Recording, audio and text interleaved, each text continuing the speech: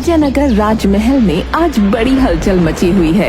हमें ये समझ नहीं आ रहा कि इतने सैनिकों की सुरक्षा में हमारे महल से हमारी पुश्तैनी सोने की ईंट कैसे खो गई। किसकी हिम्मत है जो हमारे महल में आकर उसे चुरा कर ले गया। महाराज, मुझे लगता है कि ये किसी शातिर चोर का ही काम होगा। अन्यथा इतनी कड़ी सुरक्षा के बावजूद आपके महल में आकर चोरी करना कोई साधारण बात नहीं है महाराज। महल से एक अमूल्य सोने की ईंट गायब हो गई और लाख खोजबीन करने के बावजूद भी वो ईंट और उस चोर का पता न चला। तो राजा ने महामंत्री को बुलाकर आदेश दिया, मंत्री जी, पूरे देश में मुनादी करवा दी जाए कि जो कोई उस अमूल्य सोने की ईंट के बारे में सूचना देगा या चोर को ढूंढ निकालेगा, उसे 5000 सोने की मोहरें इनाम स्वरूप दी जाएंगी। जो आज्ञा महाराज, जो आज्ञा। मैं अभी पूरे नगर में मुनादी करवा देता हूँ महाराज। नगर नगर गांव-गांव में मुनादी करवा दी गई।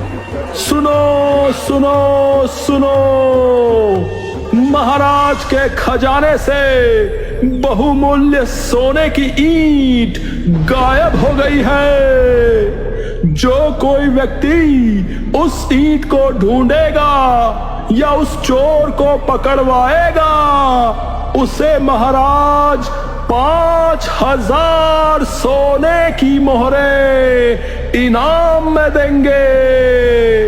ये राजा का आदेश है। सुनो सुनो सुनो।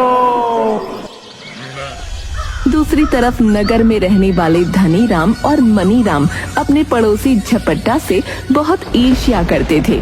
झपट्टा गरीब था, पर नेक दिल और अच्छे व्यवहार के कारण लोग उसकी बहुत इज्जत करते थे। बस यही बात उसके पड़ोसी धनीराम और मनीराम को बिल्कुल पसंद नहीं आती थी। जब ये मुनादी धनीराम और मनीराम ने सुनी, लो भाई मनीराम, अब इस झपट्टा से बदला लेने का मौका आ गया है। वो कैसे बड़े भैया? हम उस झपट्टा से बदला कैसे लेंगे? अरे क्या तुम्हें याद नहीं है? तुम्हें याद नहीं कि वो मक्कार चीजों को पहले से ही भांप जाता है? अब हम बनाएंगे उसे दिव्यदर्शी। उसे हर घटना का अपने आप ही पता चल जाता है ना। लेकिन भैया। अरे भाई, लेकिन को छोड़ो और इधर आओ, मैं तुम्हें सब समझाता हूँ। सुनो। धनीराम मनीराम के कानों में कुछ कहता है।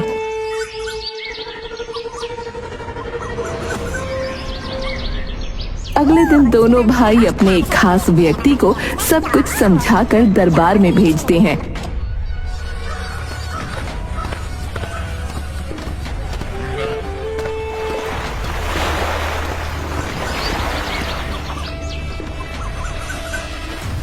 महाराज की जय हो। मैं आपको एक ऐसे व्यक्ति के बारे में बताने आया हूँ महाराज, जो आसानी से सोने की ईंट के बारे में बता सकता है और जो चोर को पकड़वा भी सकता है। कौन है वो व्यक्ति? जल्दी बताओ। वो मेरे परदादा की प्रिय ईंट थी। महाराज, वो व्यक्ति हमारे ही गांव का है और उसका नाम है झपट्टा। वो अपने आप को दिव्यदर्शी कहता है। मैंने उसे अपने दोस्तों से बात करते सुना है कि वो एक रात में ईंट के चोर को ढूंढ सकता है, पर वो आपको खुश नहीं देखना चाहता। यदि आप उसे फांसी पर चढ़ने की धमकी दें, तो वो कल सुबह तक सोने की ईंट आपके हाथों में रख सकता है महाराज। मंत्री जी, आप तुरंत झपट्टा को दरबार में प्रस्तुत करिए। जो आज्ञा महाराज।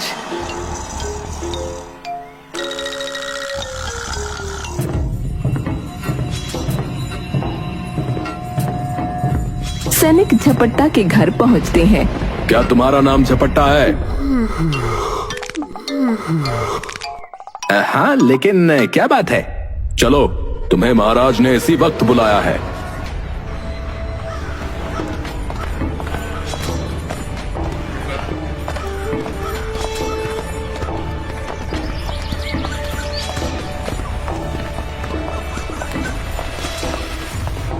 झपट्टा की समझ में कुछ नहीं आया। वो सैनिकों के साथ डरता डरता दरबार में हाजिर हो गया। महाराज की जय हो। महाराज, मुझ गरीब को आपने कैसे याद किया? क्या आपकी शान में कोई गुस्ताखी हो गई है? ऐसी कोई बात नहीं है।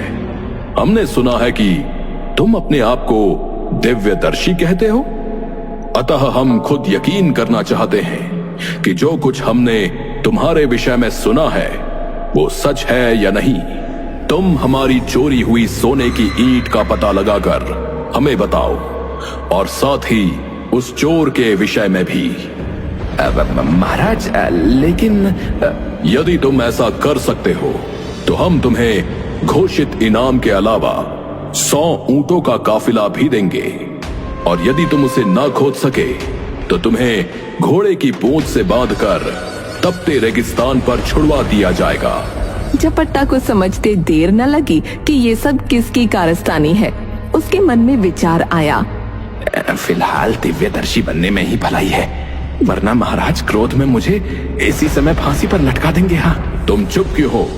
जवाब दो, तुम हमारी आज्ञा का पालन करने के लिए तैयार हो या नहीं? महाराज, आपकी आज्ञा की अवहेलना भला मैं कैसे कर सकता हूँ? कृपया आप महल के बाहर मेरे लिए एक तंबू लगवा दें। मैं अकेले ही उस तंबू में रात को मंत्र पढ़ूंगा, और भगवान ने चाहा तो सुबह तक आपकी सोने की ईंट आपके हाथों में होगी। महाराज। मंत्री जी, झपट्टा ने जैसा कहा है वो सारी व्यवस्था कर दी जाए। जो आज्ञा महाराज, मैं अभी सारी उचित व्यवस्था करता हूँ। इस समय तो मैं तंबू में रह लूंगा, लेकिन रात को मौका देखकर यहाँ से निकल भागूंगा। हाँ, और ये देश छोड़कर कहीं दूर चला जाऊंगा। झपट्टा, तू हमेशा सोचेगा कि किस्मत साथ देगी, ऐसा बिल्कुल नहीं होने वाला रे। झपट्टा के लिए महल के बाहर एक तंबू लगवा दिया गया, और झपट्टा उसमें प्रस्थान कर इस तरह का दिखावा करने लगा जैसे वास्तव में किसी मंत्र का जाप कर रहा हो। आधी रात के समय झपट्टा ने तंबू से बाहर झांक कर देखा और खुद से बोला, हाँ, बस झपट्टा, यही मौका है। मुझे यहाँ से ना निकल जाना चाहिए। चल बेटा झपट्टा। संयोग से उस समय ईंट चोर, जो कि महल का ही एक कर्मचारी था, कि क्या झपट्टा वास्तव में ही दिव्यदर्शी है? यदि है तो वो उसे पकड़ने के लिए क्या तैयारी कर रहा है? झपट्टा उससे टकरा गया। मैं तो मर गया रे। छोड़ दो, मैंने कुछ नहीं किया। माफी। तुम? चोर कर्मचारी ने समझा कि झपट्टा ने उसे पहचान लिया है। वो तुरंत उसके पैरों में गिर पड़ा। मुझ पर दया कीजिए हुजूर, मुझे छोड़ दीजिए। मैं सोने की ईंट आपको देने के लिए तैयार हूँ। अरे, ये तो अपने आप ही जाल में आ फंसा। अब मजा चखाता हूँ इसे। इतनी आसानी से मैं तुझे नहीं छोड़ने वाला। झपट्टा महाबली नाम है मेरा। मेरे बारे में जानता नहीं है क्या? मुझे माफ कर दीजिए महाराज, मेरे प्राण ले लेंगे। मेरे पीछे मेरे परिवार का क्या होगा? भगवान के लिए मुझे माफ कर दीजिए।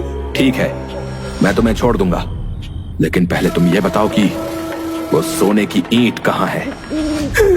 बताता हूँ। यहाँ से पूर्व की ओर एक ऊंचा टीला है, उस पर एक बड़ा काला पत्थर रखा हुआ है। उस पत्थर के नीचे रखी है मैंने वो ईंट। ठीक है, मैं तुम्हें छोड़ रहा हूँ, लेकिन तुम्हारी भलाई इसी में है कि तुम जल्द से जल्द ये नगर छोड़कर चले जाओ। हाँ, आपका बहुत बहुत धन्यवाद। वो कर्मचारी वहाँ से भाग खड़ा हुआ।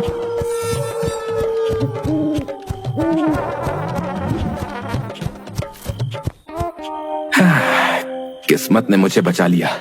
अच्छा हुआ जो मैंने ये दिव्यदर्शी बनने का नाटक कर लिया। हाँ।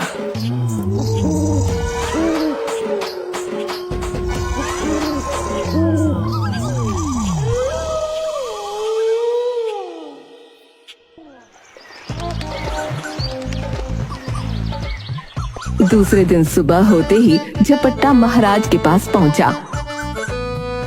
क्यों झपट्टा, क्या तुमने हमारी सोने की ईंट का पता लगा लिया? जी महाराज, ईश्वर की दया से सोने की ईंट का पता तो चल गया, लेकिन अफसोस चोर ये देश छोड़कर जा चुका है। अच्छा, सोने की ईंट कहाँ है? महाराज, आप मेरे साथ उस स्थान पर चलिए जहाँ चोर ने ईंट छुपा रखी है और अपने हाथों से स्वयं निकाल लीजिए। महाराज। महाराज अपने अंगरक्षकों के साथ चल पड़े।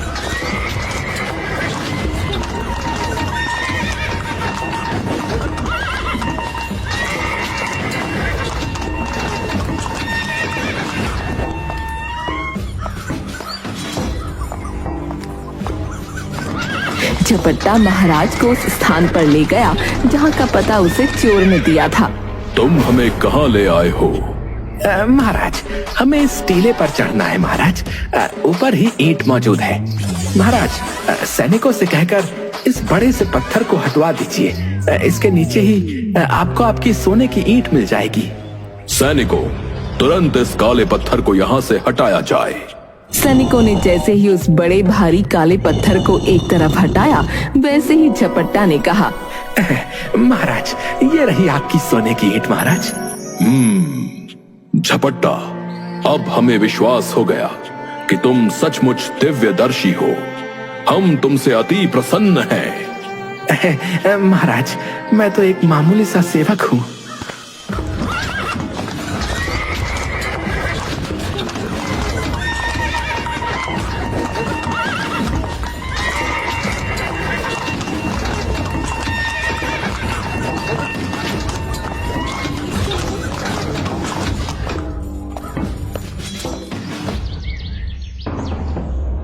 राजमहल लौटकर राजा ने झपट्टा को इनाम के 5000 सोने की मोहरें और 100 ऊंट का एक काफिला दिया।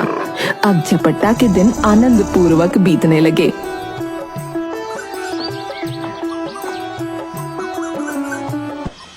उसके पड़ोसियों के सीने पर सांप लौटने लगे। भैया, हमने जो सोचा था वो तो हुआ नहीं, उल्टा ये दुष्ट अमीर और हो गया। सही कहा मनीराम, पासा उल्टा पड़ गया रे। अभी इस बात को 1 महीना भी नहीं हुआ था कि राजा का प्रिय घोड़ा चोरी हो गया। काफी खोजबीन हुई, लेकिन चोर और घोड़े का कोई पता न चला। बड़े शर्म की बात है महामंत्री जी, इतने दिन हो गए आप हमारे प्यारे घोड़े को नहीं खोज सके। महाराज, मैं अपनी ओर से तमाम प्रयास कर चुका हूँ। नगर और गांव का चप्पा चप्पा छाना जा चुका है महाराज, लेकिन कोई सफलता हाथ नहीं लगी। हम कोई बहाना नहीं सुनना चाहते। यदि हमारा घोड़ा हमें 2 दिन के भीतर नहीं मिला तो हम आपको महामंत्री के पद से हटा देंगे। महाराज, मेरे दिमाग में एक उपाय आया है महाराज। क्या उपाय है? महाराज, क्यों ना इस मामले में भी हम उस दिव्यदर्शी झपट्टा महाबली से मदद लें?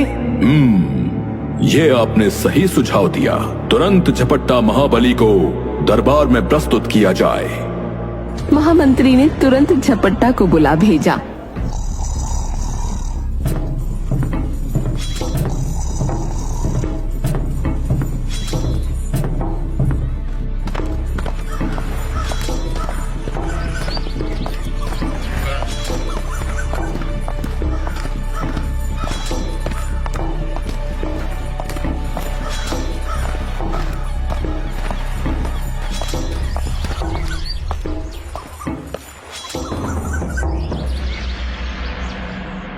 महाराज की जय हो। महाराज, इस गुलाम के लिए क्या आज्ञा है?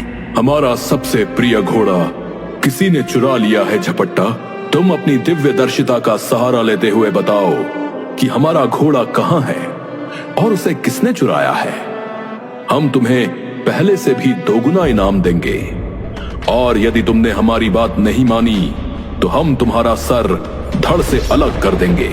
मारे गए बेटा झपट्टा, मारे गए। लगता है अब मेरे जीवन के दिन पूरे हो गए हैं।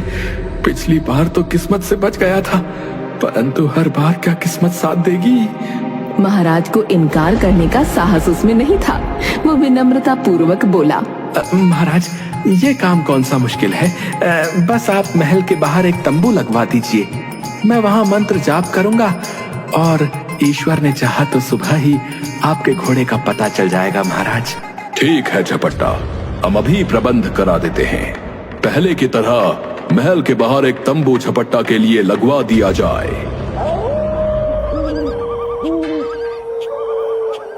बेचारा झपट्टा तंबू के भीतर बैठकर मंत्र पढ़ने का नाटक कर रहा था और मन ही मन भगवान से अपने जीवन की भीख मांग रहा था। भगवान, अच्छा यही होगा कि आज रात हमेशा के लिए मैं देश छोड़कर चला जाऊं, वरना दिव्यदर्शी बनने का ये नाटक किसी दिन मेरे लिए जानलेवा बन जाएगा। हाँ। आधी रात बीतते ही वो चुपचाप तंबू से बाहर निकला और उसने देखा कि आसपास कोई नहीं है। बेटा झपट्टा, मौका अच्छा है, भाग ले यहाँ से। और वो भाग निकला।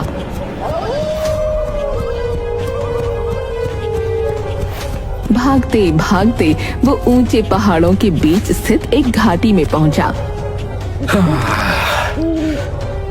रात यहीं गुजार लेता हूँ, भोर होते ही यहाँ से दूर निकल जाऊंगा, फिर महाराज मुझे ढूंढ भी नहीं सकेंगे। हाँ।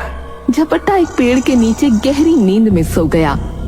संयोगवश घोड़ा चोर भी राजा से बचने के लिए घोड़े के साथ उसी घाटी में आ पहुंचा। अरे, बड़ी ही काली रात है, आगे का रास्ता भी नहीं दिख रहा। आज की रात यहीं गुजार लेता हूँ, सुबह जल्दी निकल जाऊंगा। और ये जगह सुरक्षित भी लग रही है। उसने घोड़े को एक पेड़ से बांध पेड़ के नीचे लेट लगाई। रात अंधेरी थी, इसलिए उसने झपट्टा को नहीं देखा। शीघ्र ही उसे नींद आ गई और उसके तेज खर्राटों का स्वर पूरी घाटी में गूंजने लगा।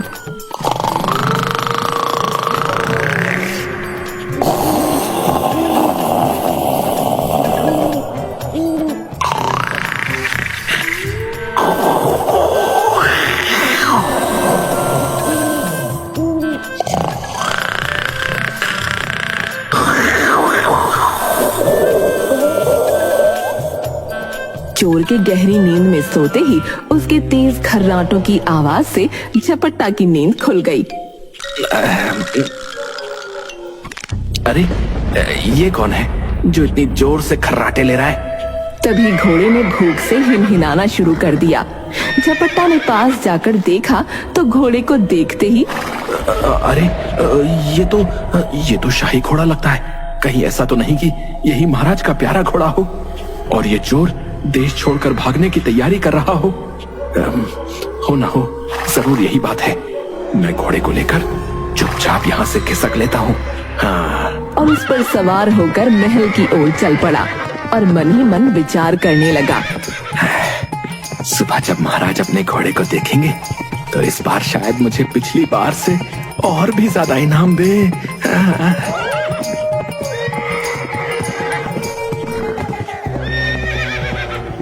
रात में ही झपट्टा महल के बाहर अपने तंबू के पास पहुंचा और उसने घोड़े को तंबू से बांध दिया और भीतर जाकर निश्चिंत होकर सो गया।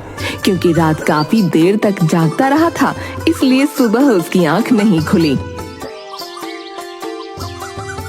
और राजा ने उसे बुलवाने के लिए 2 सैनिकों को भेजा। ये तो महाराज का प्यारा घोड़ा है, इसे यहाँ किसने बांधा?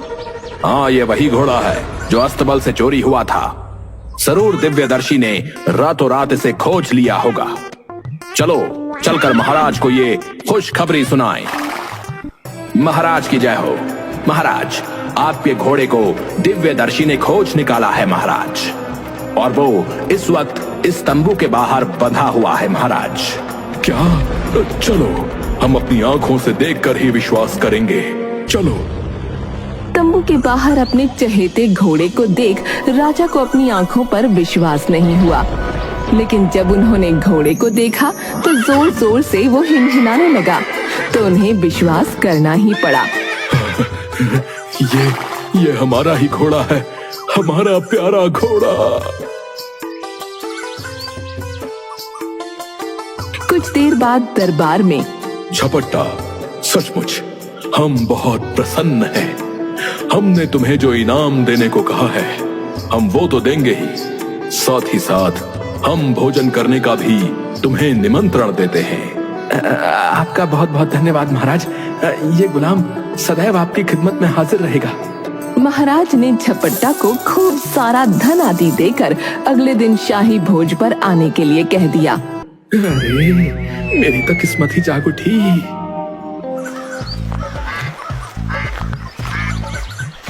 अगले दिन झपट्टा समय पर शाही भोज के आमंत्रण पर पहुंचा।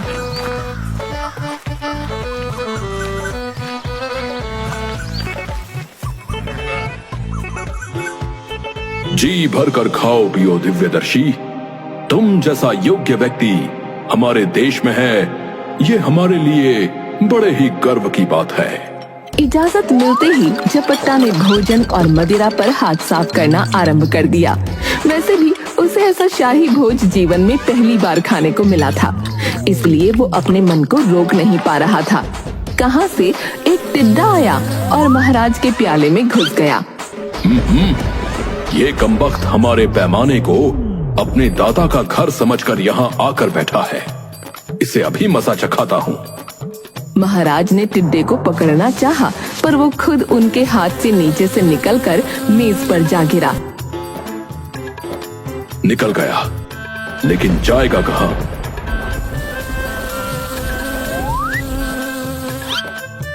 महाराज ने फिर टिड्डे को पकड़ना चाहा। ओहो, फिर निकल गया, लेकिन इस बार मेरे हाथ से नहीं बच पाएगा। इस बार महाराज ने फुर्ती दिखाई और टिड्डे को मुट्ठी में जकड़ लिया। अब आया पकड़ में। बड़ी देर से मुझे परेशान कर रखा था। तभी महाराज के मन में एक विचार आया। क्यों ना झपट्टा की दिव्य दृष्टि की फिर से एक बार परीक्षा ली जाए। दिव्यदर्शी, हम तुम्हारी अंतिम बार परीक्षा लेना चाहते हैं। जरा बताओ तो मेरी मुट्ठी में क्या है? उसने अपने मन में विचार किया। अरे बाप रे, अब तो मर गया रे। मुझे कैसे मालूम होगा कि महाराज की मुट्ठी में क्या है? मेरी दिव्य दृष्टि का भांडा फूटते ही महाराज मुझ पर जरा भी दया नहीं करेंगे और तुरंत मुझे मृत्यु के घाट उतरवा देंगे। मुझे आज इस भोज पर आना ही नहीं चाहिए था। क्या सोचने लगे झपट्टा? जल्दी बताओ, मेरी मुट्ठी में क्या है? महाराज, मैं अपनी मंत्र शक्ति का जाप कर रहा था। अभी बताता हूँ कि आपकी मुट्ठी में क्या है। झपट्टा की समझ में नहीं आया कि महाराज की मुट्ठी में क्या है, अतः अपनी मृत्यु को निश्चित जानकर वो भय से चीख उठा। प्रभु, तुमने एक बार बचा लिया, दूसरी बार बचा लिया, लेकिन तीसरी बार लगता है तुम नहीं बचा पाओगे और एक मूर्ख अपनी गुस्ताखी की सजा भुगत कर ही रहेगा। झपट्टा की बात सुनकर वाह वाह, महाराज ने सोचा कि झपट्टा टिड्डे के लिए कह रहा है, क्योंकि 2 बार बचने के बाद तीसरी बार में टिड्डे को महाराज ने पकड़ लिया था। उन्होंने तुरंत मुट्ठी खोलकर टिड्डे को मसल दिया। शाबाश झपट्टा, तुमने बिल्कुल ठीक कहा। ये टिड्डा 2 बार बच गया था, लेकिन इस बार मर गया है। जी जी महाराज, जी जी। अरे वारी किस्मत है, तूने फिर मुझे बचा लिया। वास्तव में ही मैं किस्मत का धनी हूँ रे। तेरी जय हो झपट्टा महाबली।